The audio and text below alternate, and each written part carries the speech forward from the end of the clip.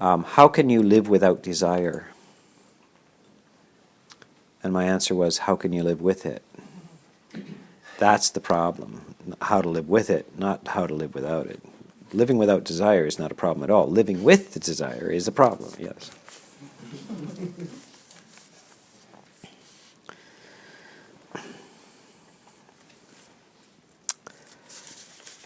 Could you explain the different Vipassana methods? No. Well, okay. You persuaded me. Well, people endlessly asking me, do you teach Vipassana? And I say, I don't know.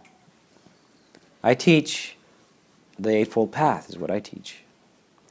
And so Vipassana is a kind of a specialized term that has come to be a kind of school of teaching, but really it's very lucidly explained by the Buddha as the Eightfold Path, and it's comprehensive. It includes all things balanced. It's not a single element called Vipassana.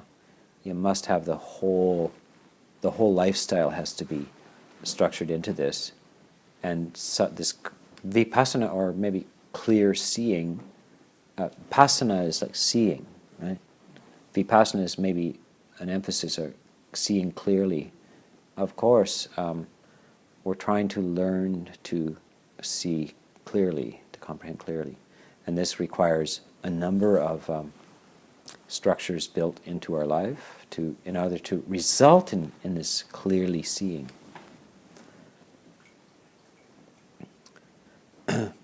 One of the differences, now there are a number of different Vipassana techniques. I don't want to summarize them all and dismiss anything because they're complex, but the primary themes that I keep coming back to tell people is that watching things rise and pass away is not the totality of the Buddha's teachings.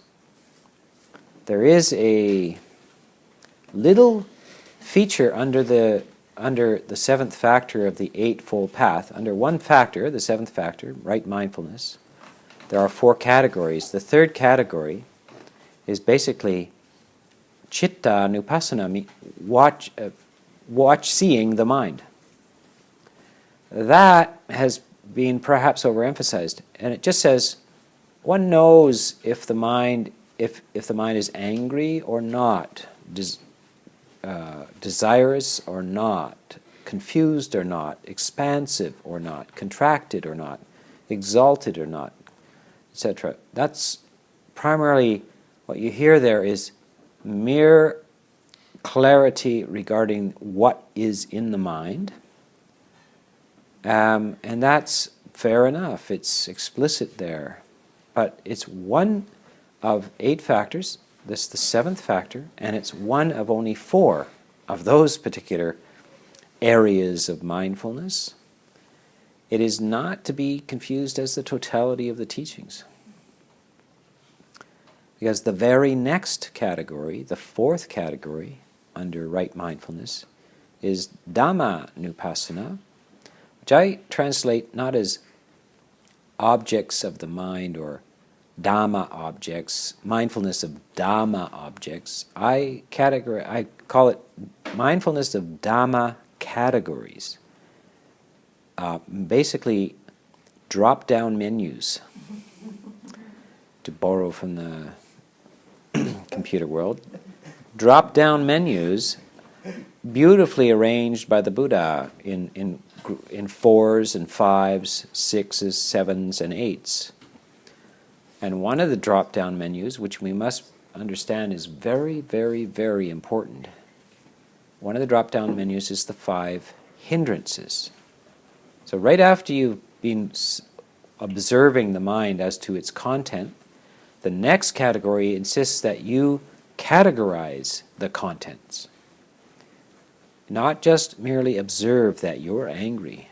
Your next duty is so you're angry and you're watching anger and what? Are you supposed to do anything or just watch it? No, it explicitly says in the next page of the instruction manual. Don't stop at page 3. There's 8 pages to the whole thing.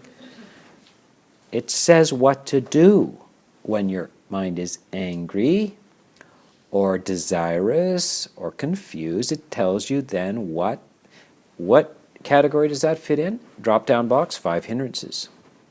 Now there's another drop-down box. What do you do with the 5 hindrances? Are they to be tolerated, watched, nourished, merely observed?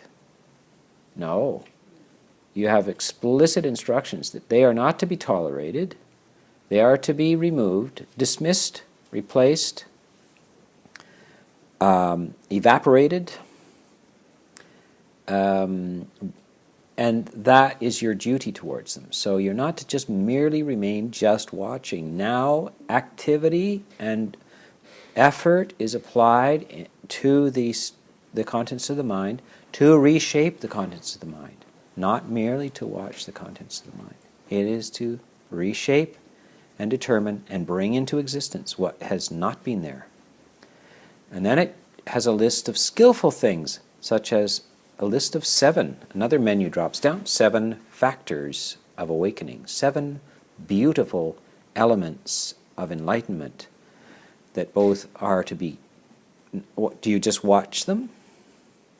When you have a factor of awakening, such as joy in the mind, or investigation in the mind, or serenity in the mind, do you just watch it rise, pass away, and go bye-bye without just... Are you supposed to just watch that? No. Instructions, follow the instructions. Next page. Do not let a factor of awakening disappear. Maintain, cultivate, deepen. That is the instruction, not to watch rise and pass away.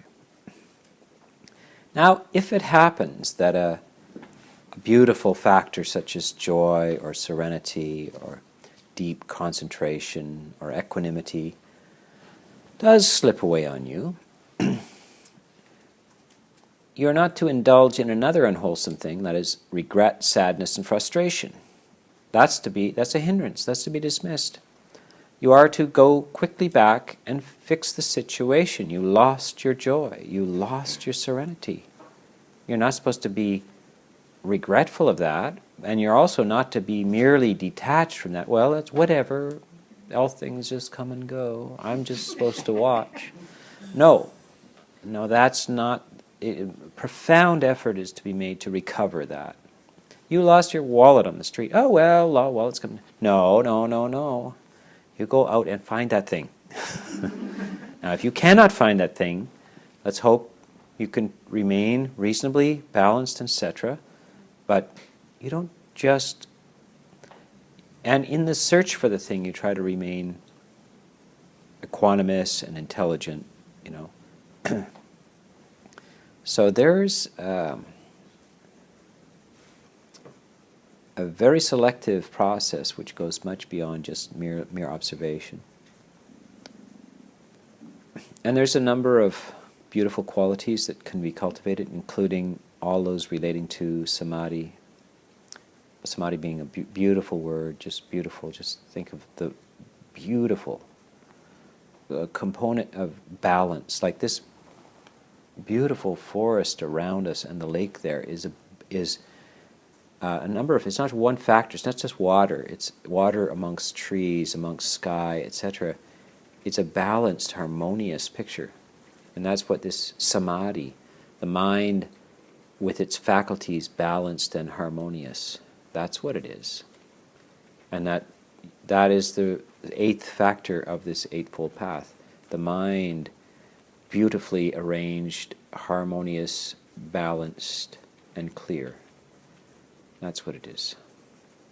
And generally in the Vipassana schools, there's not enough emphasis on that beautiful, the components that cause that arrangement, harmonious, beautiful arrangement, as a thing that is valuable in itself, as well as profoundly valuable for the results which occur from that arrangement.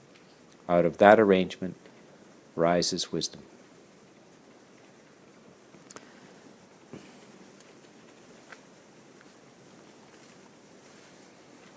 And so that's I'll leave that as the